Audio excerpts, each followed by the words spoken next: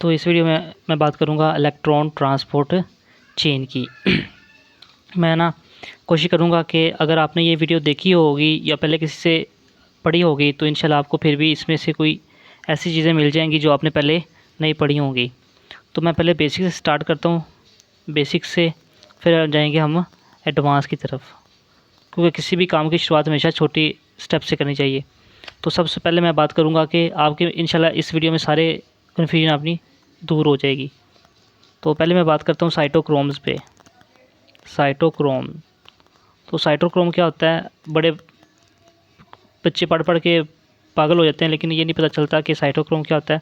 तो साइटोक्रोम हमारे पास प्रोटीन होती है, प्रोटीन होती है जिसमें पिगमेंट होते हैं, पिगमेंट।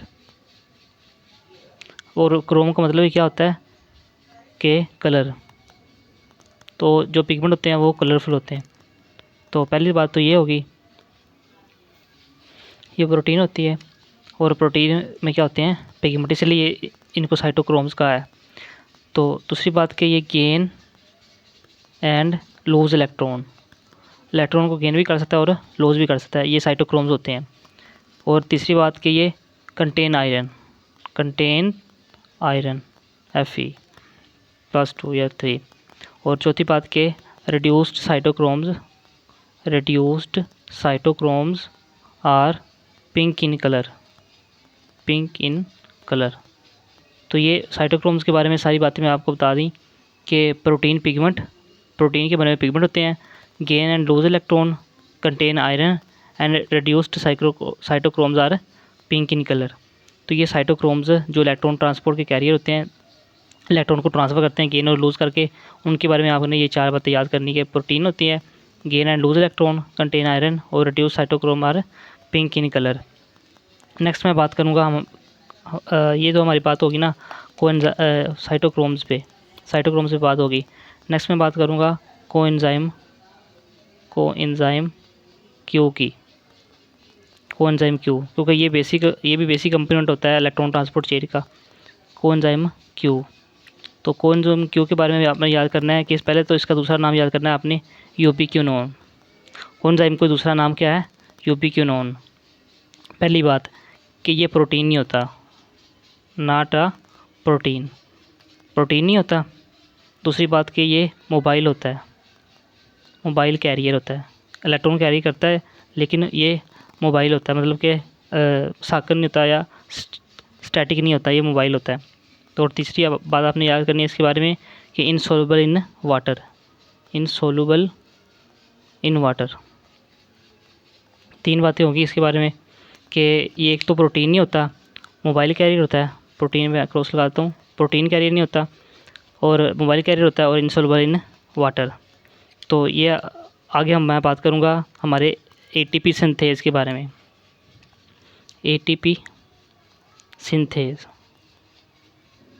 क्योंकि जो मेन कंपोनेंट होता है ना इलेक्ट्रॉन ट्रांसपोर्ट चेन का, जो एटीपी बनाता है एटीपी से, वो होता है हमारे पास एटीपी सिंथेज़। तो इसके मैं आगे दो कंपोनेंट होते हैं इसके। इसका पहले मैं आपको स्ट्रक्चर ड्रा करके दिखा देता हूँ कि इसका ऐसे स्ट्रक्चर होता है। ये हमारे पास जो ऊपर वाला है इसको कहते हैं F0 और नीचे वाले को F1। F1 का मतलब एलिमेंट्री, एलिमेंट्री भी से कहते हैं, एलिमेंट्री पार्टिकल। F1 जो है ना इसका सब यूनिट है, एटीपी सिंथेज़ का F1 सब यूनिट है, इसके दो सब यूनिट है ना, एक F0 है और एक F1। तो जिसका F1 है ना इसको कहते हैं एलिमेंट्री। वो बच्चे पूरे कोई समझ लेते हैं कि पूरा ही है एलिमेंट्री, एलिमेंट्री पूरा नहीं होता, ये लास्ट वाला जो पार्ट होता है इसका गोल सा, इसको कहते हैं एलिमेंट्री पार्ट या elementary subunit of ATP synthase.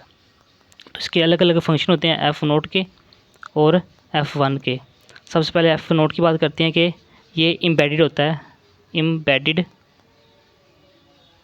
In membrane, जो माइटोकॉन्ड्रियल मेम्ब्रेन होती है ना उसमें इम्बेड होता है, पहली बात। और दूसरी बात इन्वॉल्व इन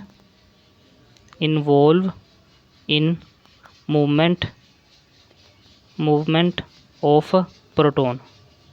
दो बातें होंगी इसके बारे में F0 के बारे में कि एक तो ये करता है एम्बेड होता है कि उसमें होता है माइटोकॉन्ड्रियल मेम्ब्रेन में एम्बेड होता है, और दूसरी बात कि involve in movement of proton, F1 की बात करते हैं तो F1 के भी दो आपने पॉइंट याद करने हैं कि प्रोजेक्टेड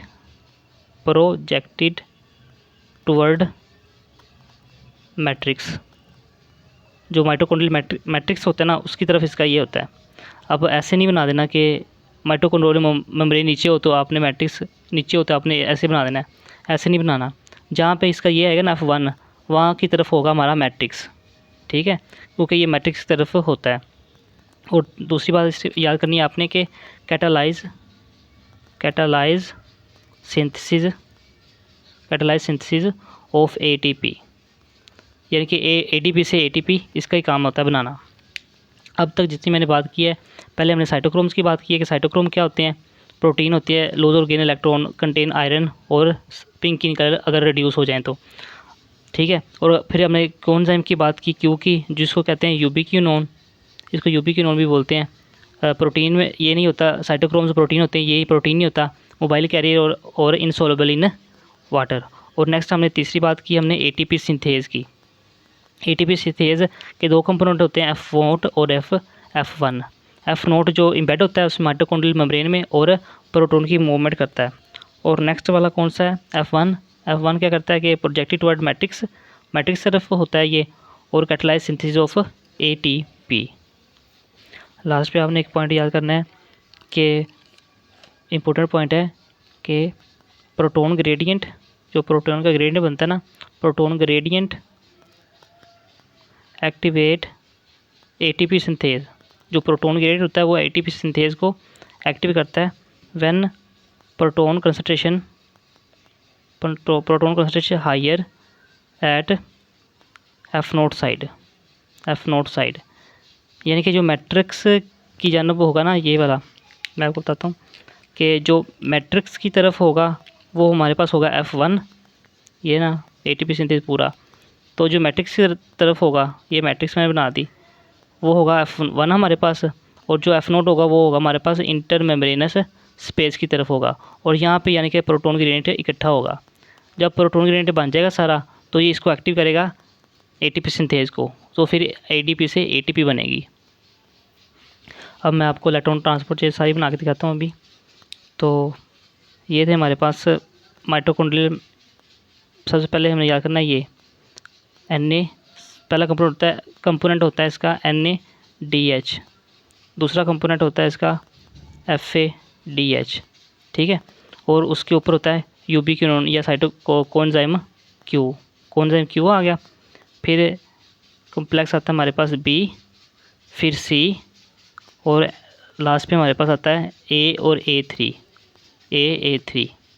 और इसके आगे हमारे पास आता है ये हमारा ATP सिंथेज। समझ आइए, पहले NADH, फिर FADH, फिर कोएंजाइम Q, फिर साइटोक्रोम B, फिर C, फिर A3, और लास्ट पे आ गया हमारे पास ATP सिंथेज। तो ये मैंने सारी बना दी है माइटोकॉन्ड्रियल मैट्रिक्स। उसमें ये F0 इम्बेड हुआ है, और F1 जिसकी तरफ होगा वो क्या होगा हमारे पास, वो क्या तरफ होगी, वो मैट्रिक्स होगा उसका, माइटोकॉन्ड्रियल मैट्रिक्स।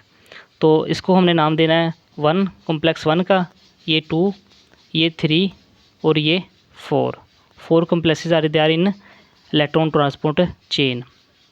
तो मैंने आपको जब पढ़ाया था कीमियोस्मोसिस, उसमें आपको मैंने बताई थी PSL के pumping of proton from stroma to lumen,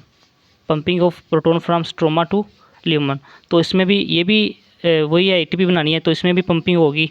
तो वो आपने कैसे याद करना है कि हम मैट्रिक में होते हैं, मैट्रिक्स से हम जाते हैं इंटरमीडिएट में।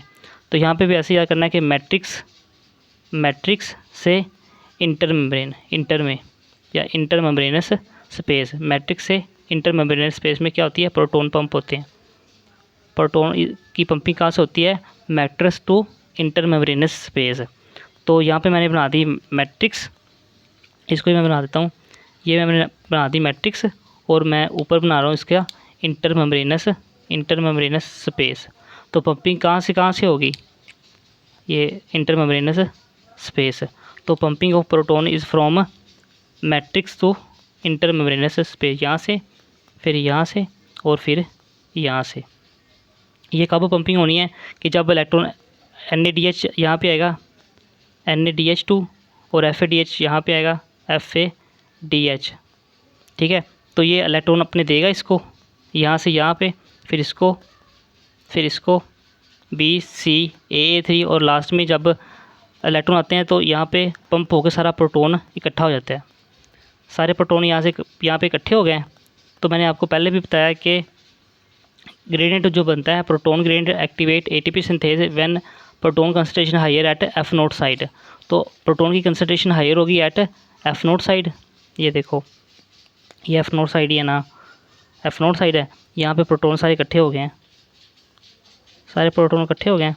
अब क्या होना है कि ये ग्रेडियंट बन गया है, तो इसमें पोटेंशियल एनर्जी क्या हो गया है, स्टोर। पोटेंशियल एनर्जी स्टोर हो गया तो वो इस पोटेंशियल एनर्जी को लेगा और वो ATP सिंथेस से बाहर आएगा ऐसे, और यहाँ पे ATP सिंथेसिस हो जाएगी, ATP। ठीक हो गया।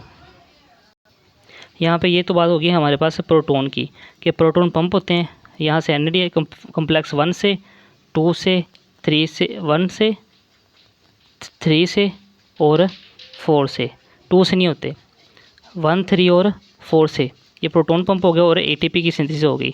अब हमने जो इलेक्ट्रॉन हमने डोनेट किए थे NADH ने और FADH ने, वो कहाँ जाने हैं, यहाँ से होते हुए फिर यहाँ पे B से, फिर C पे जाते हैं कॉम्प्लेक्स पे, फिर लास्ट पे आते हैं AA3।